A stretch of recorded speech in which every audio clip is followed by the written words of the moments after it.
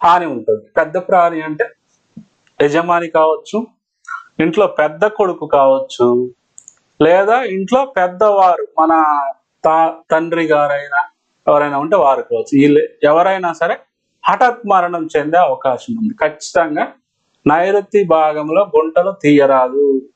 ఒకవేళ దేని కారణం చేతైనా గుంటలు తీస్తే వెంటనే మూసివేయాలి. అంటే ఏదైనా పిల్లర్ కోసం గొయ్యి తవ్వినా వెంటనే పిల్లర్ వేసేసి మూసేయాలి.